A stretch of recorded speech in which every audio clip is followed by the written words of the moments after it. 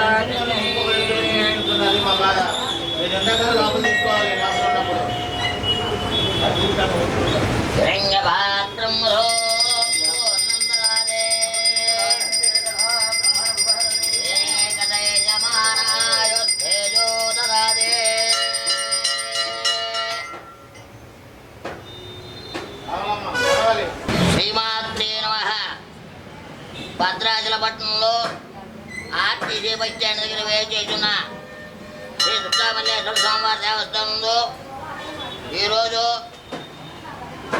ఆషాఢ మాసంలో మొదటి శుక్రవారం అమ్మవారికి స్వామివారికి అభిషేకం అనంతరం అమ్మవారి కుంకుమార్చన కార్యక్రమం చేయడం జరిగింది.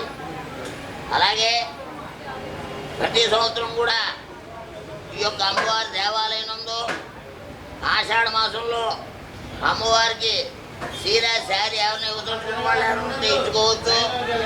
అలాగే గురువారం కానీ ఆదివారం కానీ అమ్మవారికి భక్తులు వాహనాలు సమర్పించే భక్తులు ఏమైనా ఉంటే కూడా ఈ యొక్క కార్యక్రమం కూడా పాల్గొంటుందిగా కోరుతున్నాం. అలాగే ఈ యొక్క అమ్మవారి ఆలయంలో ప్రతి శుక్రవారం కూడా 10:30 నుంచి 12 గంటల దాకా ఉన్న రాహుకాల సమయంలో అత్యధికంగా రాహుకాల దీపాలు పెట్టడం జరుగుతుంది. ఈ యొక్క కార్యక్రమంలో కూడా అతి సంఖ్యలో భక్తులు పాల్గొని అమ్మవారి తీర్థ ప్రసాదం స్వీకరించారు. జయ దుర్గా అమ్మవారి.